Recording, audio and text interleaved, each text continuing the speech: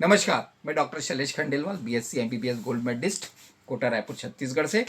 मेरे मित्र डॉक्टर नीरज अग्रवाल के पास पुनः एक बार फिर पहुंच गया हूं।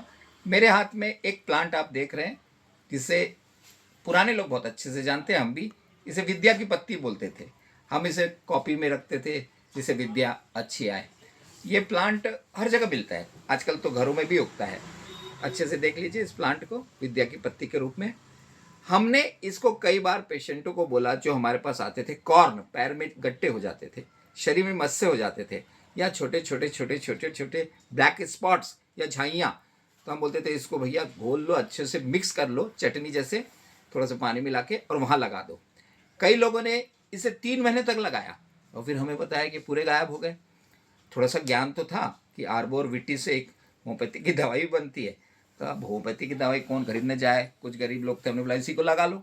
एक नया प्रयोग था, अब पता नहीं इसमें कैसे क्या हुआ। अब लगाने में तो कोई हानि थी नहीं, कोई साइड इफेक्ट था नहीं, इसको लगा लो। पर हमने लोगों को बोला भाई पहले अपने हाथ में लगा के देख ले, कहीं एलर्जी तो नहीं है। पता चला लगाया और सूजन आ गई। तो लोग को बोलते पहले हाथ में लगा के चेक कर लेना, कोई एलर्जी तो नहीं है, फिर पूरे लगा देना आराम से। पर लोगों की बीमारी मत से 3 महीने में पूरे गायब हो गए। अब हम नीरज अग्रवाल जी के पास पहुंच गए, दवाई बताओ भाई क्या है, इसका विज्ञान क्या है। अब नीरज जी बताएंगे इसका बॉटनिकल नेम क्या है और इससे बहुत सारी दवाई भी बनती है।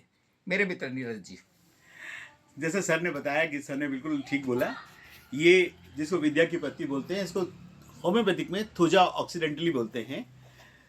ये तो प्रसिद्ध है कि होम्योपैथी में जोड़ों का जब दर्द होता है, किसी तरह के मस्से होते हैं, उसके लिए तो थुजा का उपयोग किया ही जाता है। होम्योपैथिक फेमस भी है।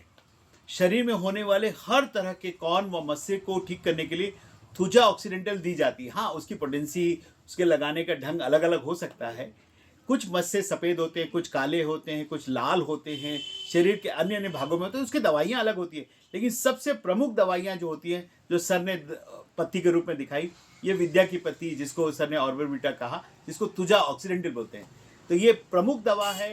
किसी भी तरह के मस्से का प्रयोग किया जा सकता है। हाँ, इसकी मात्रा अगर आप खाने में प्रयोग करते हैं तो डॉक्टर की सलाह अवश्य ले।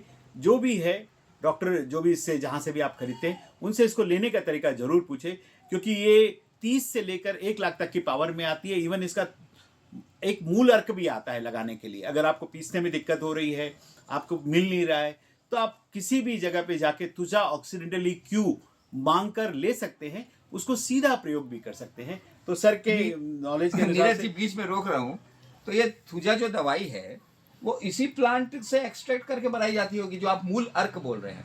हाँ, जब इसका हम मूल अर्क बोलते हैं तो मूल अर्क का मतलब होता है कि ये मूल अर्क मतलब जब इसी दवा को हम अल्कोहल में चार्ज करते हैं, जो हमारा एक प्रोसेस होता है बनाने का।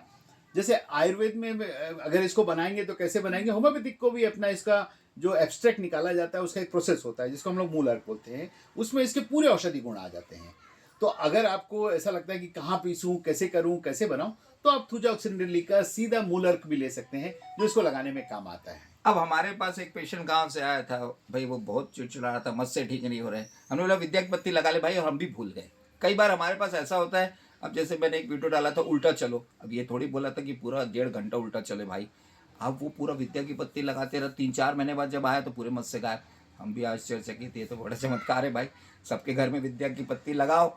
पर हम इसका वैज्ञानिक आधार ढूंढने की कोशिश भी कर रहे थे, तो आज हमें पता चला ये आर्बोरबटी विद्या की पत्ती को थुजा ऑक्सीडेंटलिस नाम से कहा जाता है, जिन्हें बताया। जय हिंद, जय भारत, छत्तीसगढ़। आप भी उपयोग करके देखिए और बताइए। पर देखिए, दवाई का जो उपयोग मुंह से लेने वाली है, अपने होम्योपैथिक चिकित्सक के सलाह पर ले, और लगाने से पहले हाथ में लगा ले।